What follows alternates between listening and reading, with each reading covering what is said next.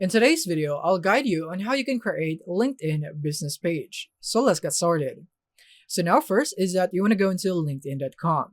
Once you're here, log in into your account and then click here on for business icon right here. So click on it. And from here, what you want to do is click here on create a company page. Now in here, you can now create a company, showcase page, educational institution, depending on what you'd want. In my case, I'll just go for company right here. So now, as you can see, I don't have enough connections yet to create a page, so you would want to meet these criteria first before undergoing this process. You could also go for showcase page. Again, you need to have enough connections in order for you to proceed.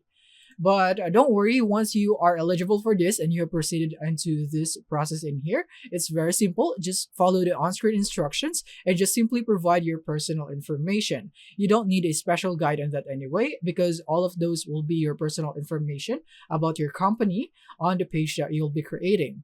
So yeah, that's it on how you'd be able to create your LinkedIn business page. Thank you for watching.